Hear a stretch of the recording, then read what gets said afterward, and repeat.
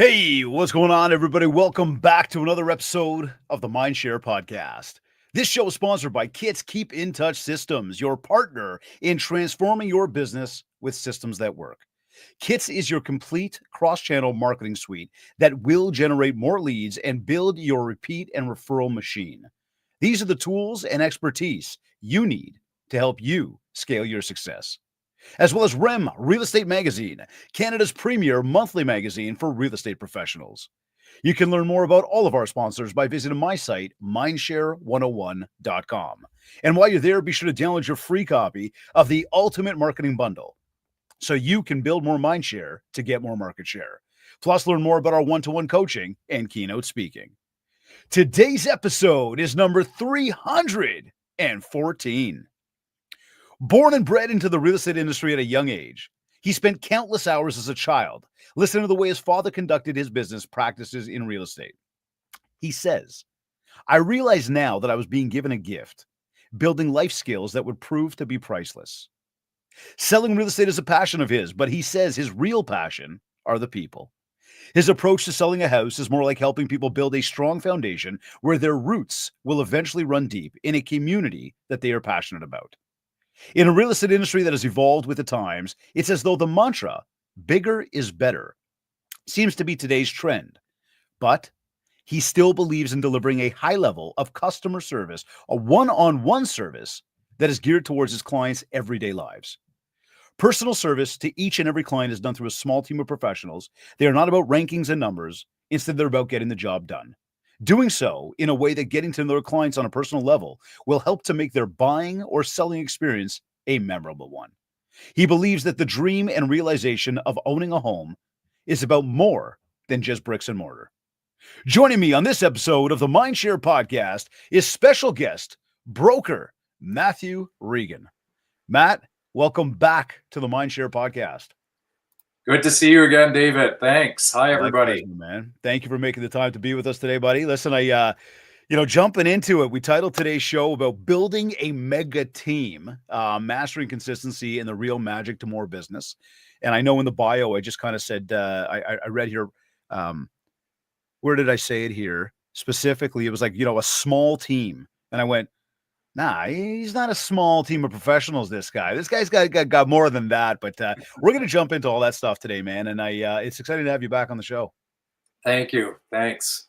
So, look, you were like, it's funny because I was reading the bio. I was thinking about myself as well, being born and kind of like growing up in the backseat of my dad's old Buick, where he would drive around the city, dropping off keys, doing showings, and I'd have to either sit in the car or like I can remember one down by Castle Loma, like one of those brand new townhouses. They were brand new at the time, where like I was like playing in like one of the like the toy rooms from one of the like the houses that were there when my dad was talking to the owners.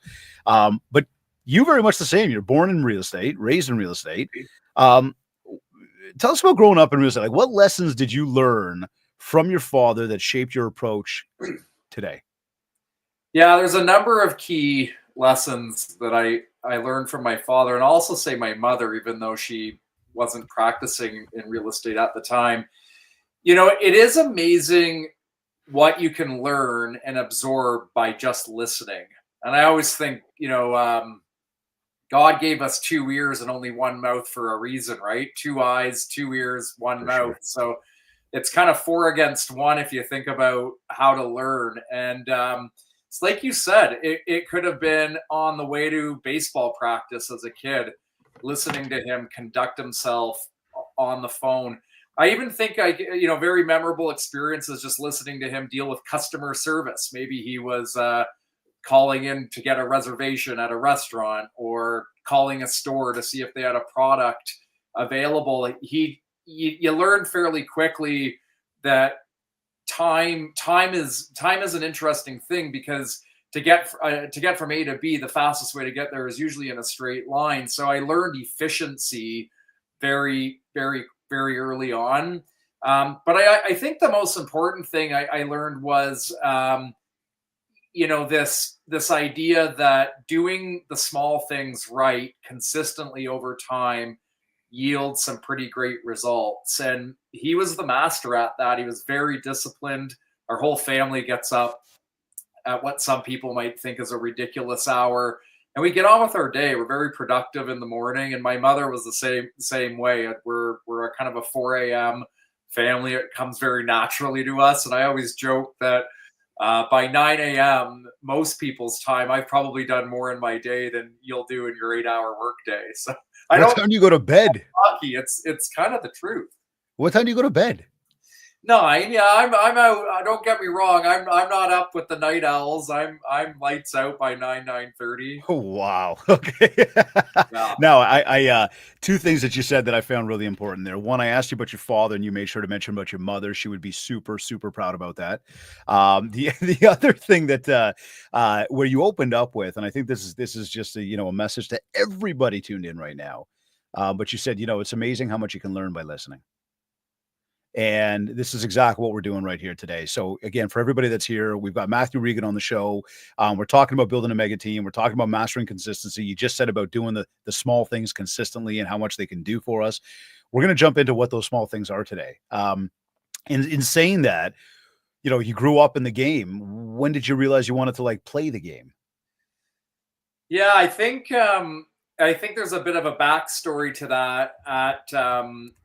It was summer vacation, summer holidays, and I was 12 years old, and I was quite frankly bored.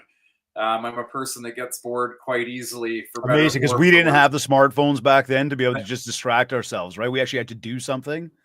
You had to do something, and I chose to get an old lawnmower out of the rafters, clean it up, and I started cutting grass as a kid. And it started with one lawn at the age of 12, and by my last year in high school, it was 75 lawns a week, playing football, baseball, and basketball at a high level, and trying to do some schoolwork. Thankfully, my grades were good enough to get to U of T. So you can imagine at 16, 17 years old, time management is becoming a very real and natural thing for me. That entrepreneurial spirit, as people like to talk about, was probably there early. I always dreamed of a 4-day work week, so to speak. And it was interesting as I got into my latter years in high school, and you have to kind of begin your picking your courses for university. You get to think, oh, what career do I want? And real estate was really the only thing I ever pictured myself doing. Now you have to keep that in context. It's one thing to watch your father conduct business. It's another thing to be in the business. And for our listeners, if you're in the business, you know what I'm talking about. It's not what the TV shows make it out to be. So on I dropped out of university halfway through, went and got my real estate license at 19, and so to speak, haven't looked back. Awesome, man. Yeah, no, it's definitely an entrepreneurial business, and there's a lot of highs and lows in this one, right? Just like anything else. I mean, when we're out there working for ourselves, you mentioned about time, and I want to talk more to that in a few moments as well. I think that is such a pillar to how much can or cannot get done in a day, and how, again, I come back to the smartphone as always. I bring that up regularly, the distractions that it brings to our lives and to the, what we're overall trying to achieve. Now, you mentioned that your passion is really for the people, not just the houses, not the house, but not just the houses. Can you unpack that philosophy for us? Yeah. How does that play out in the way you approach the service? And do you think that approach gives you that edge maybe over the competition? Yeah, when you think of real estate, I think a lot of people think of homes, they think architecture, they might think interior design. And that's I would kind of park that off to the side as a perk, but that is not the industry. This is very much a people to people based industry, highly emotional. There's a lot at stake, both for the agent, but more so for the customer, depending on their reasons for buying or selling, transacting in real estate.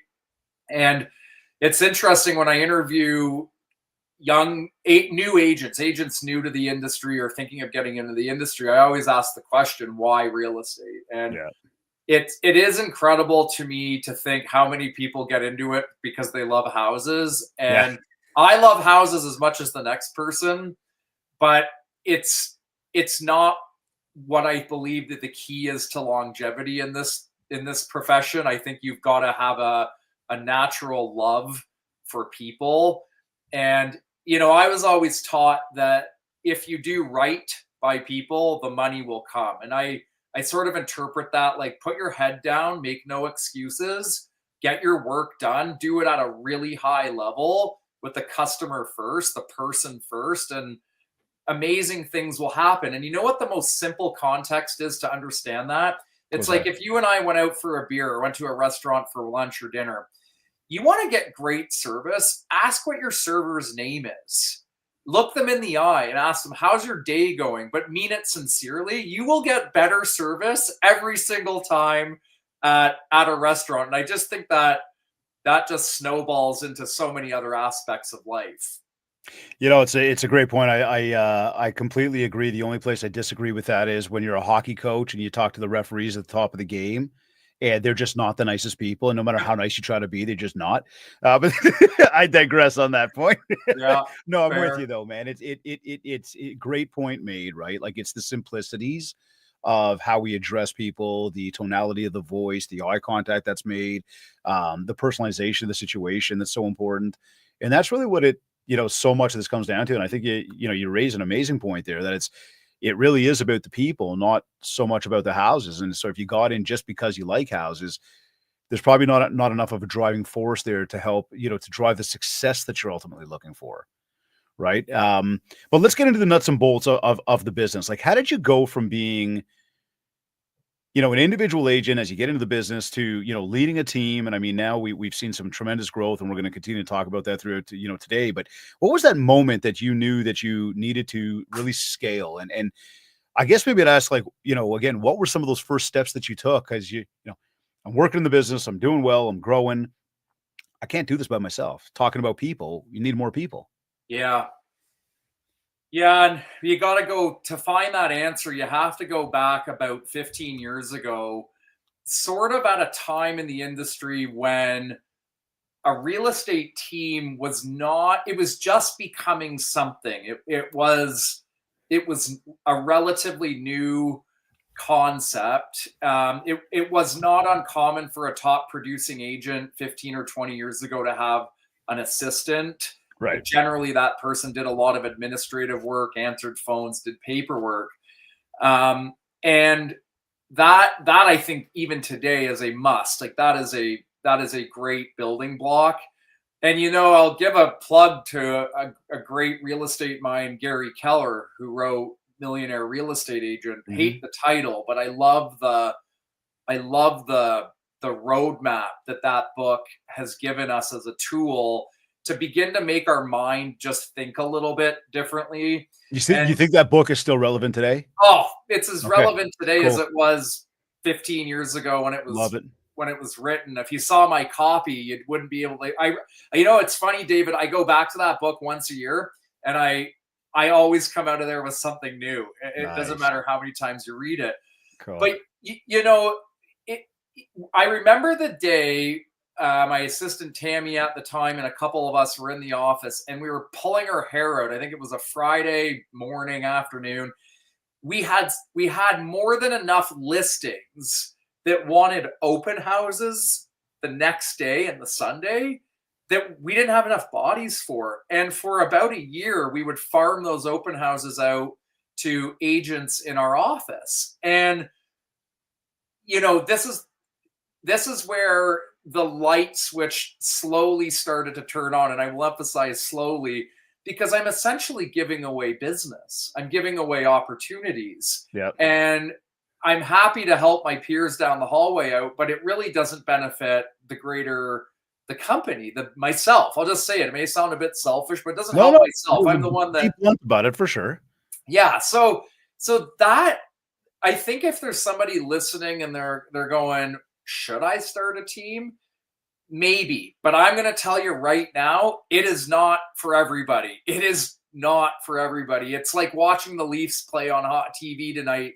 You sit on the couch, you watch the hockey game, they miss a wide open net, and you go, what's wrong with you? Like, I could have done that. That's so easy. And it's very, the people that are the best at their craft, whether they're they're building and selling widgets, playing a pro sport, teaching a university class, or maybe a peer down the hallway in your office that's great at the job.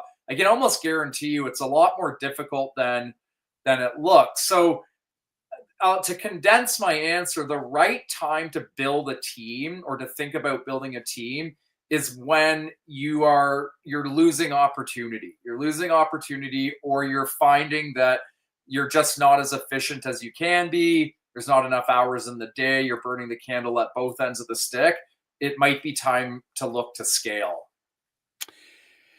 Kudos to you, man. I think that's probably one of the better answers that I have heard when it comes to asking that question. I mean, the years that I've asked it, the people that I've asked it to, and there's some fantastic people. I don't want to take anything away from anybody I've asked that question to. Moreover, I really like the way you position that. You brought up the Leafs, you got my ears going, and I was like, oh, here we go. And I'm thinking, go Leafs, go. So a little bit of a squirrel there, but seriously, to like ring it back in, the idea is like, you think you can, but maybe you can't. And it's the idea that you do need to work with others and talk about the time and some of the bullet point realizations of like, when is that moment? Now, as we talk about that moment, you've been doing this for some time, and speaking of moments, you recently had another big moment with your team where you made a huge shift from Royal LePage to Remax, formed what I would call a mega team. What was behind that decision? I mean, and obviously there's a lot of like behind the scenes stuff, but just going kind of surface level almost. And I mean, or go as deep as you'd like, but what was the reason behind that? And how did that impact, I guess, the opportunities coming up?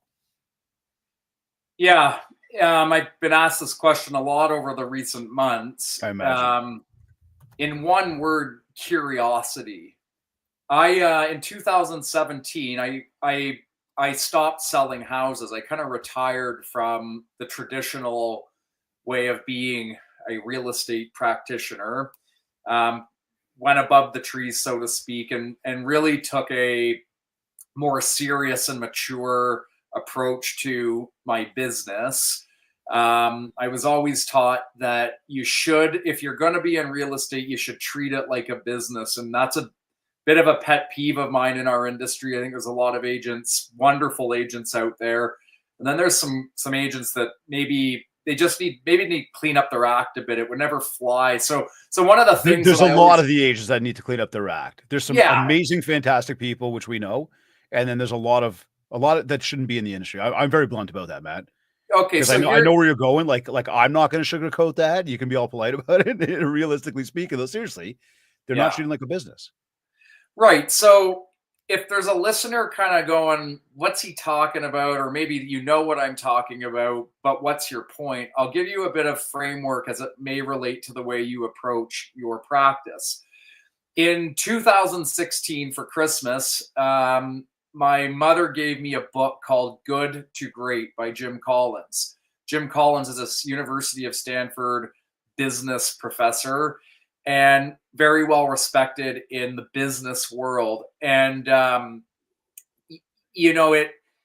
it changed the way I looked at my business at the time. I don't even know if I would actually call it a business back then, but it begged this question. And this is what I would ask everybody to ask of themselves is, if you really have a business, would David Greenspan or Matthew Regan buy shares in your business? So if you took it to the open market, like a publicly traded stock, would I buy your stock? Would I buy shares in your business? And 99.999% of the time in real estate, I wouldn't do it. Mm-hmm. Why wouldn't I do it? Because the business is so self-reliant generally on the team leader. And if that team leader went away tomorrow, what have you got left? Do you have something that is sustainable and will continue into time because it's been built on infrastructure like systems and operations and amazing people? Or is it going to fold like a deck of cards because it was so reliant on one person?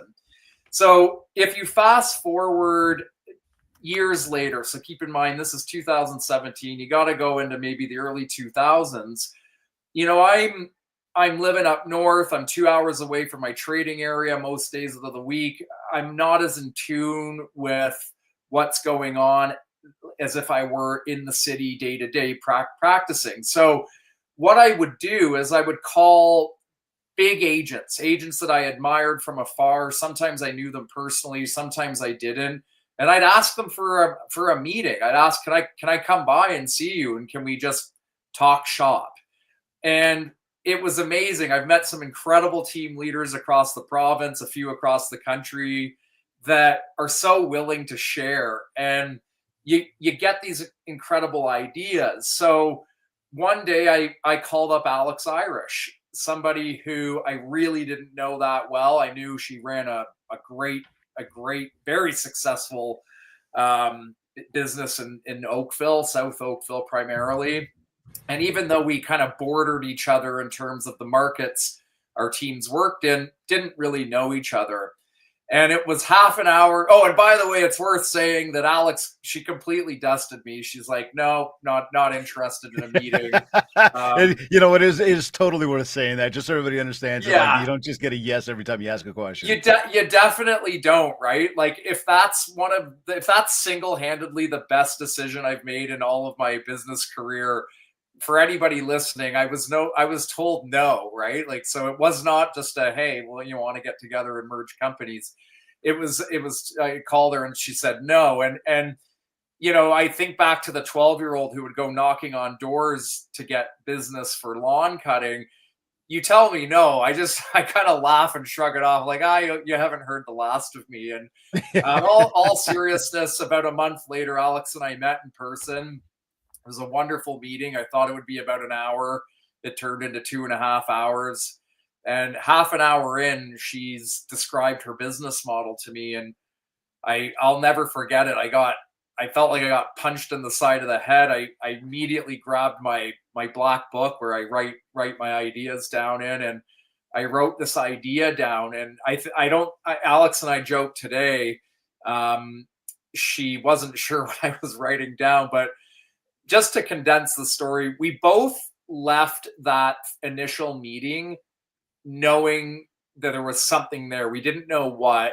It took me about 2.5 weeks to digest what I'd written in my black book, and I finally worked up the courage to call her and essentially tell her that I think we're better together.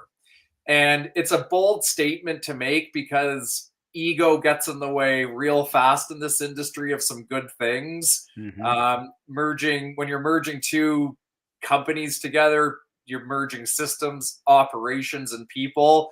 It's not an easy task. You're revamping marketing. But, going back to the human side, you're asking the people around you to trust you that this is a good decision and here are the reasons why. So it's awfully exciting, David. It is a massive move when you combine the stats. I think it puts us in the top 5 or 6 on the Toronto real estate board for sales volume, close to that in units as well.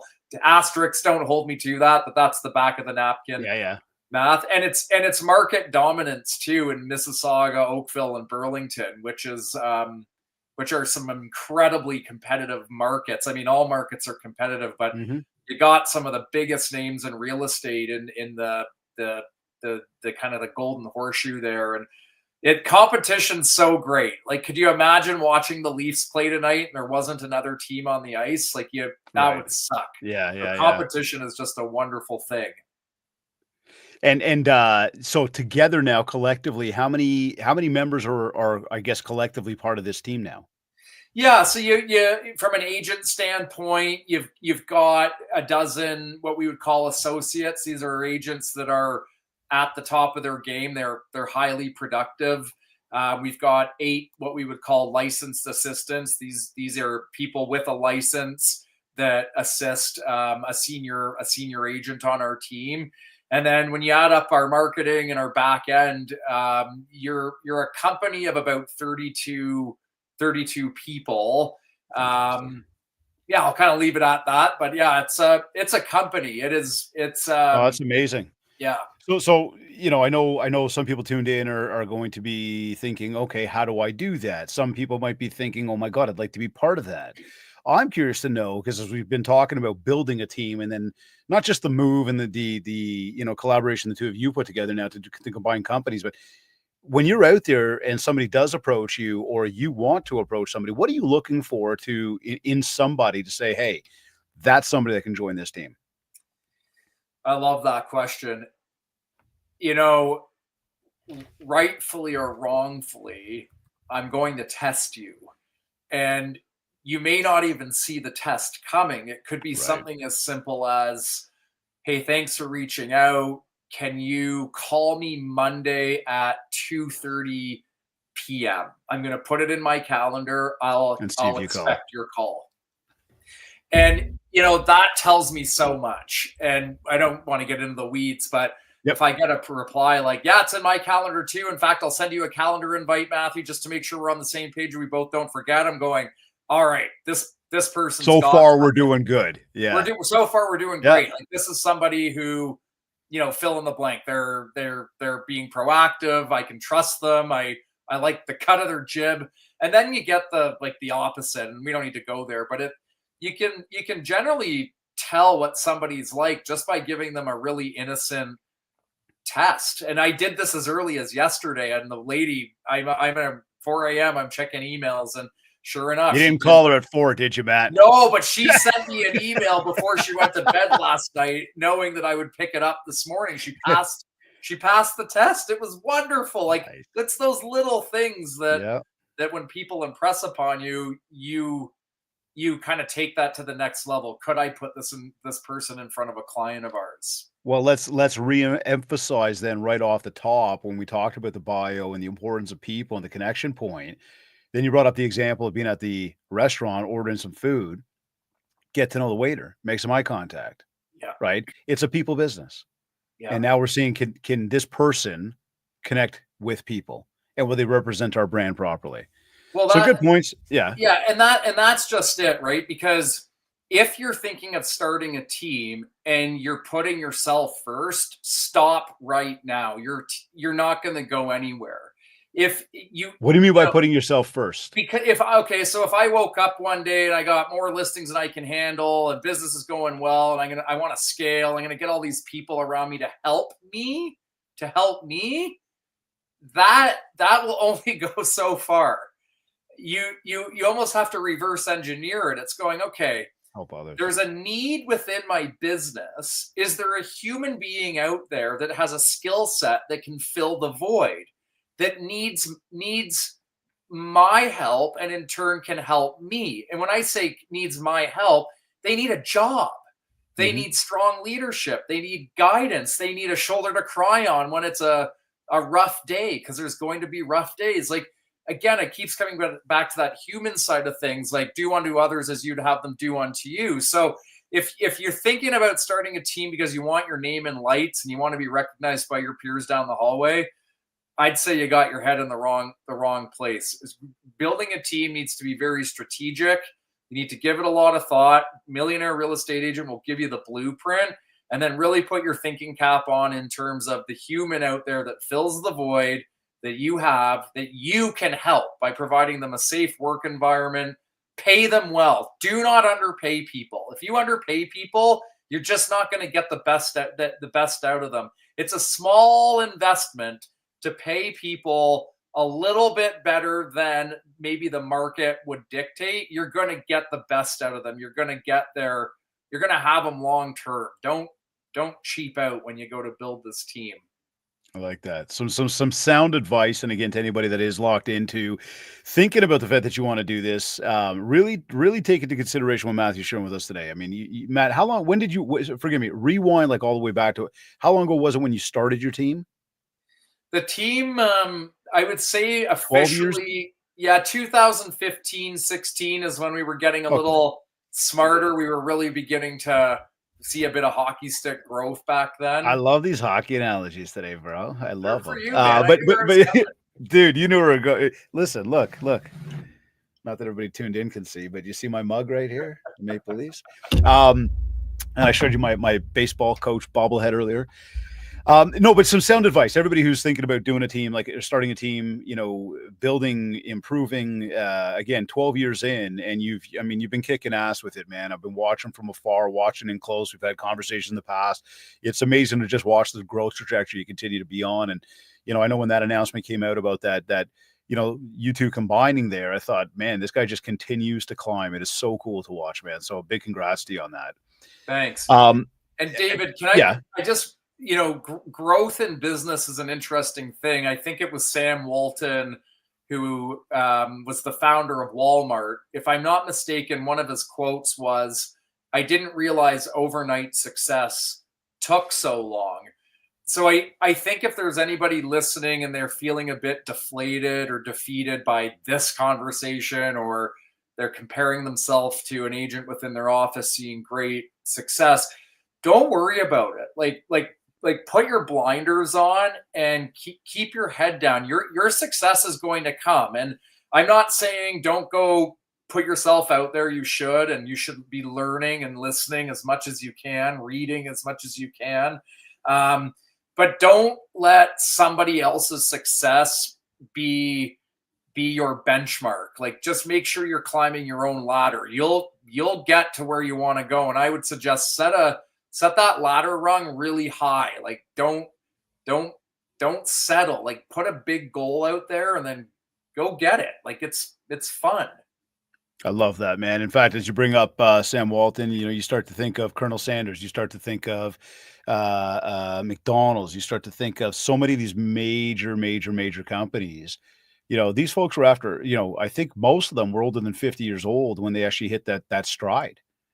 Right? Well It's just said. it's a great point that you bring up there, man.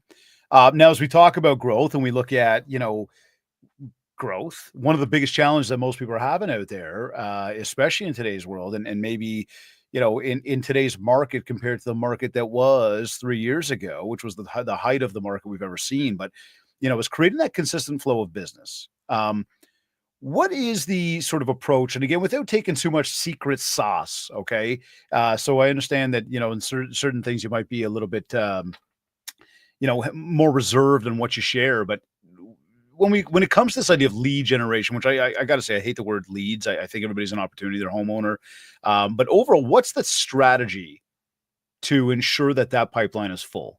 Yeah, well, I'm a broken record. It's people. So, Yeah. two kind of ways to do this business. You can go out and buy business. So you can buy advertising on billboards and buses, direct mail, etc. And there's nothing wrong with that. That works for some people, and some people do it really well. It's expensive.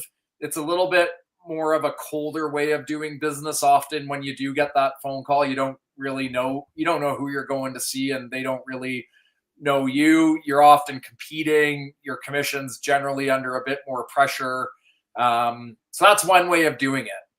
I will say that it's easier. Like, if you've got the money, you just write a check, pay an advertiser and a marketing team, and out it goes. You just kind of sit back and wait. I'm dumbing this down, of course. Yeah, of course. But the second way of doing it's a lot more personal, and that is really leveraging the people that within your sphere of influence. And your sphere of influence is the hockey arena and the parents that are there watching the kids play. It's the school, the parents of your kids' friends. It's the people you went to high school with, et cetera, et cetera. And, I've known you, David, for almost 20 years. Like, I would have no problem just calling you and checking in to see how you're doing, how your family's doing. And it's actually a friend of mine, Sean Ziegelstein, who taught me this. I know Sean, of course. Yeah, Sean knows his craft. And he goes, nobody enters my database unless I can pick up the phone and ask them how their dog is doing. And what he means by that is he knows them on a personal level, and they know him on a personal level. So this industry, and I probably see it as much as anybody, I'm solicited all the time for my money to buy or purchase the next shiny object. And I can profess or attest to the fact that I've tried almost every shiny object out there. Almost none of them work.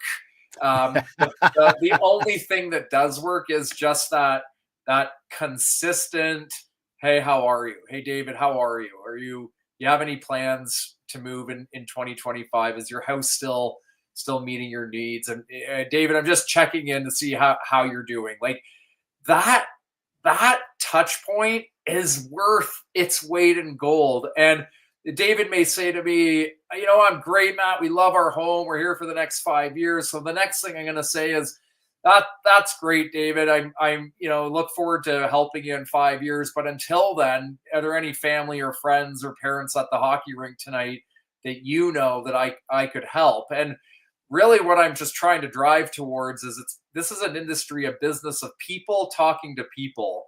And the more people that you have genuine conversation with on a daily basis, the more houses you're going to sell. It's just that simple. It's just that simple. It really is, and everybody overcomplicates it. I love the fact that you brought up the bright shiny object, the magic pill. The fact that you could spend money on anything you want. You can throw a ton of shit at the wall and hope something sticks. End of the day, this business always has been. Back when your dad and my dad were in the business, before they were in the business, after they got out of the business, as we're in the business, and the people that are going to come after us in this business, it will remain a people business. And this is where I always emphasize too, Matt, is that, from all the technology that's out there, we've got to remember, in order for us to remain relevant, we've got to continue to speak with other people rather than automate that process. Very, very important. I love those words, man. And I mean, again, to everybody tuned in, we're speaking with Matthew Regan right now. Yes, we're talking about building a mega team. We're also talking about mastering consistency in this business. David, really trying to get to the top. I got to share this. I don't think they'll mind. So my partner, Alex, I won't say her age, but she's been in the business since she was like 8 and been in the business a long time. This is somebody who, by all purposes, she's made it in life. She's made it. And she still prospects every single day. I know this because I've heard it. I've seen it. And I'm also reminded of Kaylee Heaps out of Toronto, who she's a powerhouse. And she'll have to fact check me here, but I think she calls it either her power hour or her hour of power. And this is somebody, the #1 agent for Royal LePage, doing incredibly well. And she prospects 1 hour every afternoon, maybe not on Saturdays and Sundays. Is this calling her list or is this calling cold? Her people. Yeah, she's calling, she's soliciting, she is prospecting. But she's not, she's calling the people she already knows, the people that know her and trust her and that are in her circle. This is somebody who has made it. If they didn't pick up the phone ever again tomorrow, Alex and Kaylee, they are going to be just fine. Yeah, they could. But it's not the point. It's doing the little things consistently over time is what climbs that ladder. It's what allows you to climb that ladder. And they've just got 2 very admirable businesses by doing the little things, talking to people consistently every day, and it's paid off. I love the fact that you're bringing this up because this is something I've been, and I've been preaching this for years. I mean, one, this is where our entire kit system that we created for everybody is there to help people keep in touch. But moreover, I continue to say to people, just pick up the phone, have the conversation, connect with somebody. It could be about the dog. It doesn't have to be about the house necessarily. Build a rapport and good things happen. Yeah. And yet there's such a reluctance from people to carve out the time to do that. Oh, I'm just working on a listing right now. Oh, I don't really know what to say. Oh, I'd rather text somebody or rather post it on social. People who, at this time of the year right now, the automated messages that are going out for happy holidays. How about picking up a pen, put it on a card, send it off, like show that you care. This is where, again, any top producer, anybody who's ever achieved any type of success in this business continues to share those messages about how important that personal connection is, how important it is to carve out some time in your day to do those activities. Now, as we talk about time in the day, looking at daily routines, how many hours in a day? And I know you mentioned like a 4-day work week, getting up at 4, getting more done than most people do in a day, doing that by 9. What does a typical day look like for you? Sort of what does that routine look like? What are some of those things that you do that you swear by, that you're consistent with, to keep you continuing to grow the way you are? Yeah, it's an answer that I don't know if it helps a lot of people. Like I can answer the question really clearly with when I got into real estate and I I didn't have much. So I didn't have much of a database. I had no pipeline. Um, I was getting an education from my dad, but my dad, and I'm very thankful today that he didn't just spoon feed business into my lap. That was not how the Regan household worked, and that's a good thing. Sure. Is I was the first one in the office. So what did that mean? I was up at the crack, like before the crack of dawn. In fact, dawn was a long way off.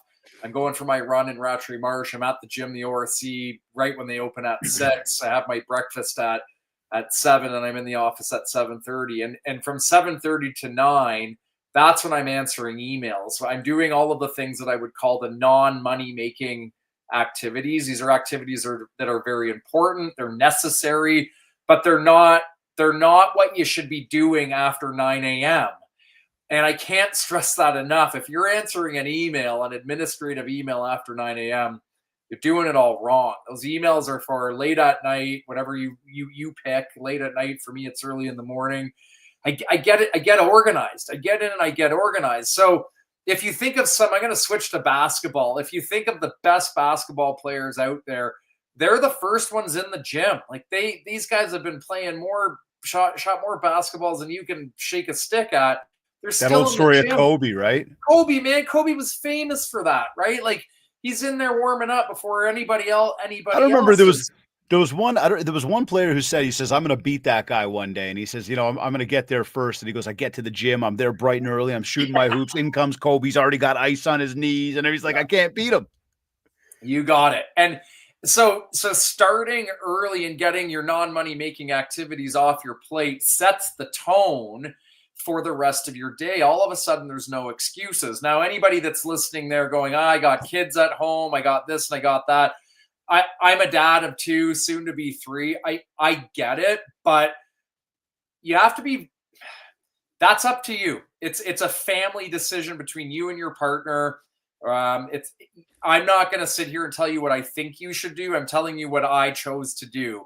And I have very much a no excuses attitude. Now, that doesn't mean that I put business above family. It just means I'm very cognizant of the time that I'm giving my family and when. And the great thing about getting up early is you're up before 99.9% of the population, with the exception of time zone differences. So there's no excuse to get to the gym, to get your emails done. Today, as a father of soon to be 3, very much same routine. Up at 4, answer my emails, do my reading, do my workout. I'm showered by 7 a.m. I get my first daughter up at 7:10, and my second daughter gets up at 7:30. We have an hour of time together. It usually involves just playing and hanging out, reading again, breakfast, and then by 8:30, I'm flying. Like I'm going. The kids are off to school, daycare, whatever. But the other thing is, I've structured my day being very intentional that when they're done at 3:00, so am I. Like for all intents and purposes, unless I have to go somewhere, I can take the odd phone call if I have to, but I'm scheduling that stuff before 3:00, and my calendar is locked tight. Like it's airtight. You will not break it. Like I had to think a few times, like, do I have time for David's podcast today? Okay, at that time, yeah, that works on a Wednesday. I can swing that. That's easy. Tell me this, that I love what you said there, because I'm very much the same way. That calendar's locked tight. Like, and my calendar's getting booked up, weeks in advance with coaching clients and presentations and trainings that we host. And, with all of that, there's also the baseball and the hockey and the sports schedules for my son. And I play hockey on Friday nights. And, I dedicate, an hour and a half to 2 hours a day to work out, spend 30 minutes a day reading. I spend time, a good hour and 15 minutes in the morning, hanging with my children as well before the day gets started. There are a lot of things that got to fit into that schedule. And then we say, hey, and you have to make your phone calls, and you have to do your meetings, and you have to prepare, and you have to do the emails and the social media. There's a lot going on in there. And, when we talk about work-life balance, that, achieving it is very difficult for many people. Needing to do so, I believe, is very real. Evenings, weekends, as a realtor, are they completely off limits for you? And I'd say, from sticking to the schedule perspective, because I find there's a lot of people that struggle with that. What is that pillar that keeps you that anchor that keeps you locked into that schedule so much? Yeah, there's a few things, and it's you know, if you think of time in its rawest form, like what is time? Well, time is infinite. It's been around forever, and it will be around forever. But my time and your time is not. Like average male life expectancies in Canada is, I think, early 80s. Like Well, I'm right now it's going real down with what's going on with these taxes and the economy. sure, I know, right? So you sit there and you go. I had a mentor of mine. He was a pastor from South Africa, Harold, and he changed. He put it so well. He said, "Have you ever pictured what your tombstone will look like?" And I remember him saying this, like, Like, have you? what the heck are you talking about? So he goes on to say, well, picture your tombstone. And on your tombstone, there's three things. There's the year you were born, there's the year you die, and in the middle is a hyphen. And he said, you have to decide what you want your hyphen to stand for. And I made this decision a decade ago. I said, I sure as heck do not want my hyphen to say anything about him being the best realtor out there. Like, that will be a sad day if that's what it says. So if you boil that down, you kind of go, well, my legacy is my family. I mean, I hope that is for everybody's sake. Mm-hmm. So you sit there and go, well, what are my priorities? Because it sure as heck isn't answering an email at dinner time. It sure as heck isn't answering the phone from an agent that could have gotten the answer to their question if they had just kept reading the listing to find out if the house had a pool. Like, it's been very much a conscious effort to delete.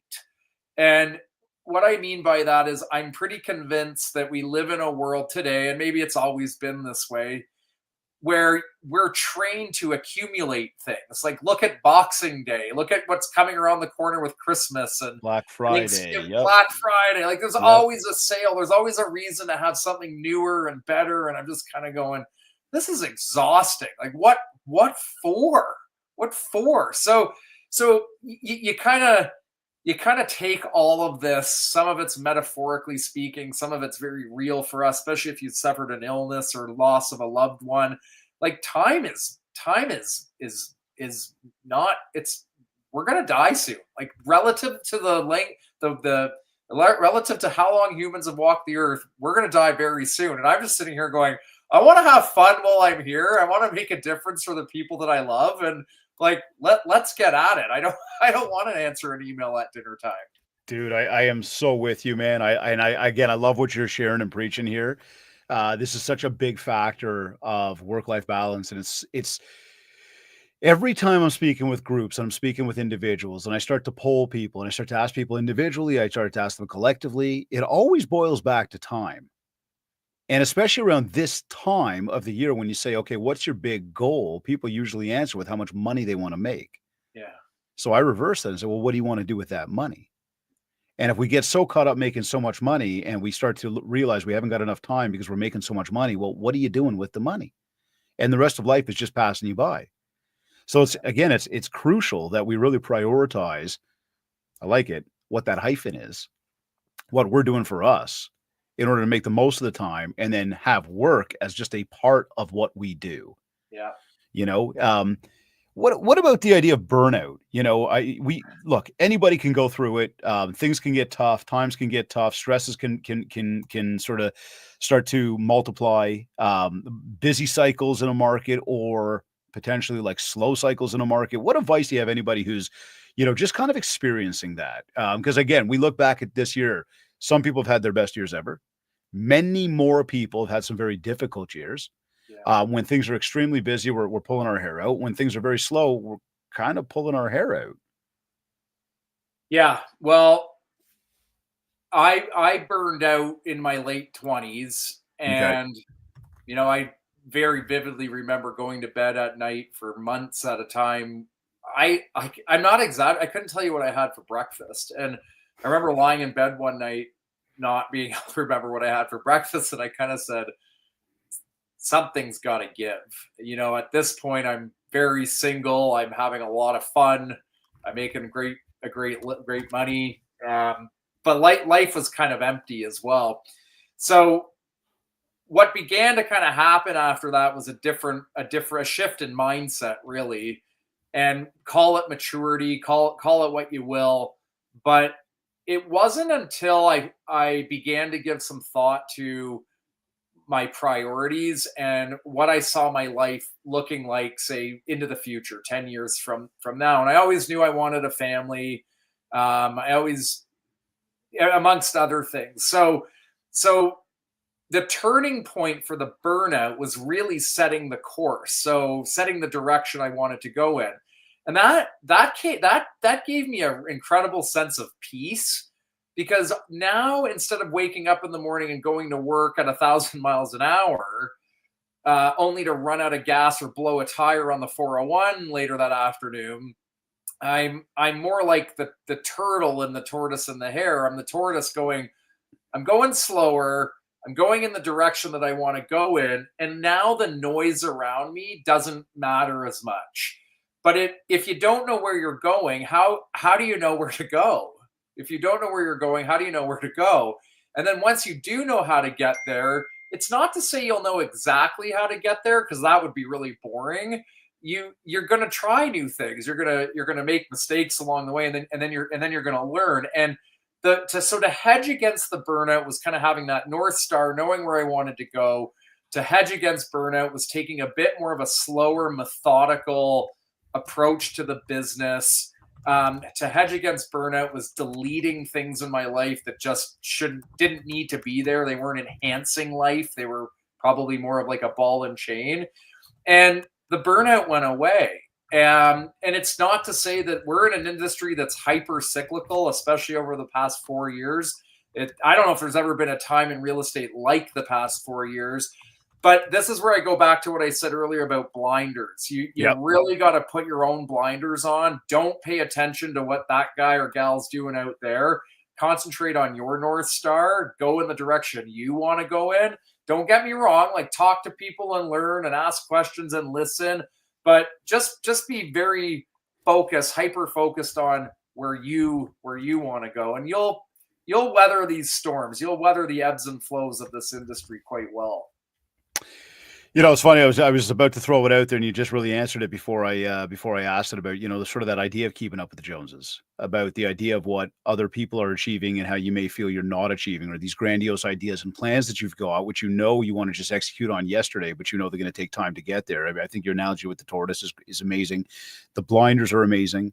Really focusing on your North Star versus what other people are doing. And I think, again, I come back to the social medias and the distractions there. I think we're all too caught up with that. And I think that's what also really does lead to the burnout. Whereas when you do have a direction, you know where you want to go. And we look at that entire thing of saying your goals are your destination. Your schedule is your navigation. Yeah. Follow the navigation, you're going to get there. As long as you follow it, you'll get there. So here, speaking of getting there, looking ahead to 25, what, just any predictions from you? Not that anybody has a crystal ball, but any predictions from you about, what's going to be going on with the market, with the spring market? A lot of people are very optimistic about that. And just maybe, quickly, what are you guys doing to sort of prepare and stay ahead of the curve? Yeah, I'll give you two answers to that. One, it's going to be good. Two, it's going to be bad. Love it. Well, no, actually, I think both are going to be good. But, from a macro level, yeah, I think it's going to be a good year in cool. Real estate. The key barometer has always been the cost of money, interest rates. And the Bank of Canada is they're back on side with stimulation in the economy, and so much of the Canadian economy relies on real estate in one form or the other. So I think if you're a real estate practitioner, it's going to be an okay year. But here's the second answer, and because I actually hate this question. I'm glad you asked it, so I'm glad I get to answer, but I hate the question. And the reason I hate the question is I don't like anything I can't control. So I can't control what the market's going to do in 25, and I'm sure as heck not about to try and predict it, because I'll probably be wrong more than I'm right. It's like picking stocks. So then I sit there and I go, well, what can I control? So when somebody says to me, how's 2025 looking? I'm going to answer you and go, well, we've got 57 listings coming to market in the months of January and early February. I said 57 plus probably another 20 or 30 more that we know of today coming into March. We know that if we get 50% of those listings sold, there's 50% of those are buyers. So we've got, 70 plus, we've got 100 ends right there. We know our average sale price is X. We know our average commission is Y. So right off the hop, I'm looking at a good year ahead. I know what my marketing plan is. Our marketing's done for 2025. We have the roadmap. As it should be. Yep. As it should be. Right. Like but David, for the listeners, yeah, Matthew, 10 years ago, you should have done this, not in March. Like, do it now. Like, follow your own advice, right? 1,000,000%, man. Dude, I've been telling we the folks that at least we have the good opportunity to work with, we start this back in like end of October, beginning of November. We take a good 6 to 7 weeks. Like by this time right now, my clients who are finished, they're feeling incredible. My clients who are not done, they know that I'm on them like crazy right now to like push. Like we are not messing around right now. This has to get done. You got it. Most people are ready, man. So how's my 2020? What are you predicting for 2025? What an answer. I'm predicting the same thing I've been telling myself for 10 years, and that is do the little things, do them every day, do them consistently, talk to people, et cetera, et cetera. That's what kits, like David didn't tell me to say this, but that's what's so cool about your product there is that you're enabling the realtor. I call it the excuse. You're giving the realtor the excuse to call their people because you're helping them stay in touch. But I hope everybody understands that. Don't get caught up in the news and the weeds of how's the market. The answer is going to lie in how organized and prepared you are in your business, because here's what agents forget. So much noise in the media about housing prices going up, housing prices going down. Well, the last time I checked, it's almost immaterial to how I pay my bills. The only thing that matters as a real estate practitioner is liquidity. That is the number of active buyers willing to buy, the number of active sellers willing to sell in the market, and then how much of my fair share can I get my hands on? I only care about transactions. Now, of course, the human is beside that. And of course, I want them to get the highest price. But that's what you're naturally going to do anyway. You don't control interest rates, the economy, tariffs on Canadians from a new president. You don't control any of that. So you got to focus on what you can control. Awesome answer. Very awesome answer. You can't control the market. You can't control your competition. You can fully control what you do. Matt, 2 final questions here. Number 1, your day's over. You finished. You've gone through. You've had a great day. You're shutting it down. You're hanging with the girls. You're hanging. Just family, doing you. How do you know it's been a successful day for you? Yeah, I've spoken to 12 people and had like 12 meaningful conversations that day. Like it's just that simple. Yeah. Love that. Okay, cool. Because if you do the math, David, 12 times 5, 60 people a week. But keep in mind, if Kaylee and Alex Irish were listening to this, they'd probably be nodding their head like, yeah, I'd probably give a similar answer. But Matthew from 21 years ago would have to triple that. Like I probably have to speak to 30 people today. Matthew from 10 years ago probably has to speak to 20. Like the answer is going to vary depending on where you are in your career. If you're just starting out or if your pipeline doesn't look that good, you've got to double, if not triple down on what you think is a successful, on activities that you believe are going to make you successful in your day. David, I'm so glad you talked. It's like, I challenge our team with this question all the time. It's like when you come home from work today and your significant other says, hey, honey, how was your day? And you say, my day was good. You didn't have a very good day. You need to think of it. You don't have to do anything. My suggestion is you think of it in terms of productivity. Hey, honey, how was your day? Stop and think, you know what? Today was difficult, but highly productive. I spoke to 12 meaningful people in my life. I tried to help them. Unfortunately, it didn't bring me any business today, but I'm optimistic that business will come tomorrow. And it's a productivity metric, It's a great honest reflection on answering that question for yourself, and actually it's a deeper rooted motivator to push you to say, okay, what needs to be done to improve for tomorrow? And it's the same thing we're saying to a lot of people right now, doing a quick yearly reflection on wins, misses, and lessons. What did you do this year that really caused you to win? What were those habits, those daily activities? Where did you miss out? What maybe do you realize you weren't doing? Where can you improve? And then lessons, right? What can I do, or what did I learn that I can now apply to tomorrow? And tomorrow could be next year, next month, next week, could literally be tomorrow.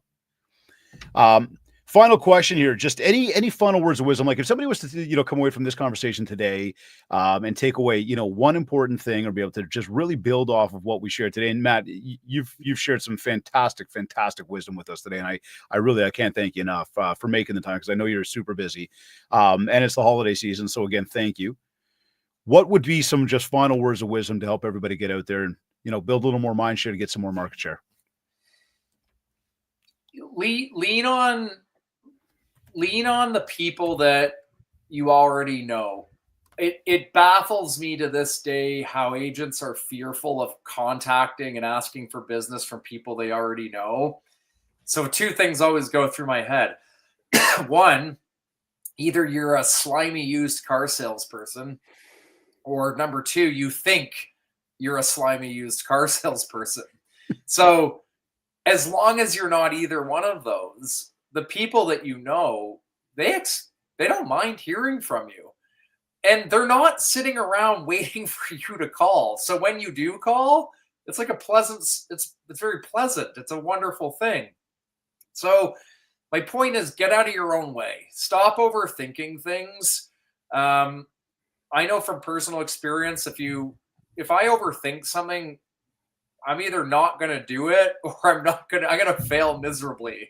Now, that's not to say you don't take calculations. It's like if David said, hey, Matthew, go jump off a cliff, I'm going to think about that before I just drop everything and go do it. But, that's where you rely on your instincts and your calculations. So get out of your own way. There's so many things in our way these days. Like, there's distractions everywhere. Just clear them out of the way. Simplify your life. Find your North Star. Remember what your hyphens is going to stand for. And a lot of things are just going to fall into place naturally. Very inspiring, my friend. Very inspiring. Some great words, a lot of amazing sound bites here for everybody that's tuned in. And again, I encourage everybody, if there was just way too much to keep up with, as you listen to this episode the first time, in just a quick moment, go back, hit rewind, get back to the start and do it again. Take some notes. Matthew, this has been fantastic, man. I think everything is so real. It is so actionable. A lot of what was shared, there was no magic sauce. There was no big talk about technology and people, how they have to integrate AI or how it's going to change their life. I mean, it came back to a very, simple reality about A, it's a people business.